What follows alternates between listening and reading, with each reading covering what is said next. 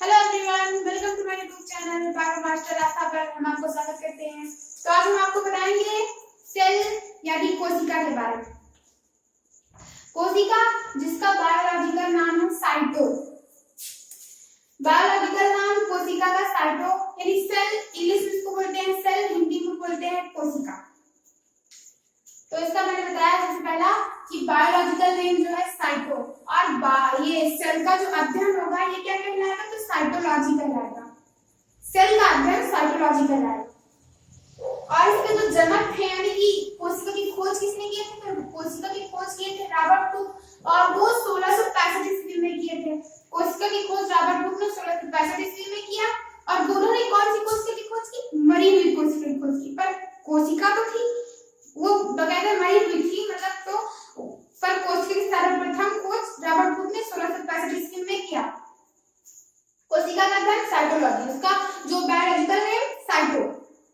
और सिद्धांत इसका यानी कि वो कोशिका के सिद्धांत किसने दिए, तो स्लाइडर और स्वान नामक वैज्ञानिक थे, उन्होंने कोशिका का सिद्धांत दिया। उसके बाद आता है कि विश्व की सबसे छोटी कोशिका कौन सी है, तो विश्व की सबसे छोटी कोशिका होगी माइकोप्लाज्मा। विश्व की पूछे मतलब कि सबसे छोटी कोशिका, भी कोई बताया है कि जीव में, जंतु में, तो हो जाएगा माइकोप्लाज्मा, यानी कि सबसे छोटी कोशिका माइकोप्लाज्मा हो जाएगी। और सबसे बड़ी कोशिका शुतुरमुर्ग का अंडा हो जाएगी, शुतुरमुर्ग का अंडा। और अगर पूछे मनुष्य में ह्यूमन बॉडी में सबसे छोटा कोशिका कौन सा है, तो सबसे छोटी कोशिका स्पर्म, यानी मेल की स्पर्म जो होता है वो सबसे छोटी कोशिका होगी ह्यूमन बॉडी में। मनुष्यों में स्पर्म, मेल का स्पर्म यानी शुक्राणु, वो सबसे छोटी कोशिका होगी। और सबसे बड़ी ह्यूमन बॉडी में यानी मेल्स में यानी कि मनुष्यों में, तो वो हो जाएगी फीमेल के ओवम में सबसे बड़ी कोशिका पाई जाती है, फीमेल के ओवम में। और उसके बाद आता है कि मानव में सबसे लंबी कोशिका कौन सी है, लेंथ में सबसे लंबी, तो सबसे लंबी होगी न्यूरॉन। जो होगी वो सबसे लंबी कोशिका होगी।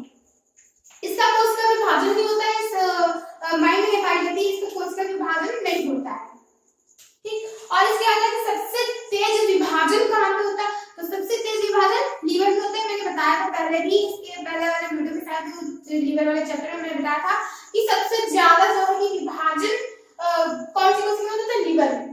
यानी कि अगर लीवर में बाई चांस चोट लग जाए चक्कू वगैरह जैसे कि, तो बहुत जल्दी सही होता है लीवर। पर अगर कहीं दिमाग में, माइंड में लग जाए चोट, तो वो सही नहीं होता, ठीक।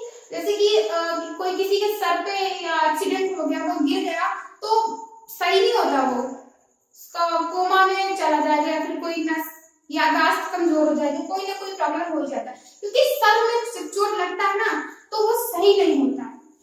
बहुत कम 99% लोग का सही नहीं होता, हाँ 1% लोग का सही हो जाए वो अलग की बात है।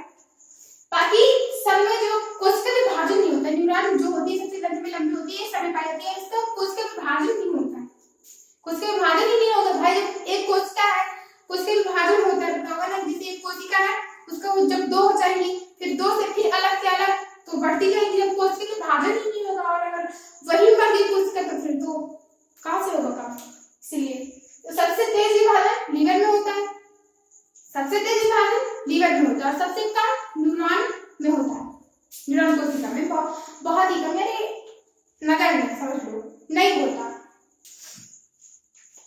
फिर से बता दूं मैं आपको, बायोलॉजिकल नेम साइटो, कोशिका का बायोलॉजिकल नेम साइटो, इसका अध्ययन साइटोलॉजी। फिर खोज रॉबर्ट हुक ने 1665 ईस्वी में किया, पर इन्होंने मरा हुआ कोशिका की खोज किया था। फिर जैसे कि दीवार है, तो इसका सबसे पहले यूनिट दीवार का क्या हो जाएगा, ईंट हो जाएगा।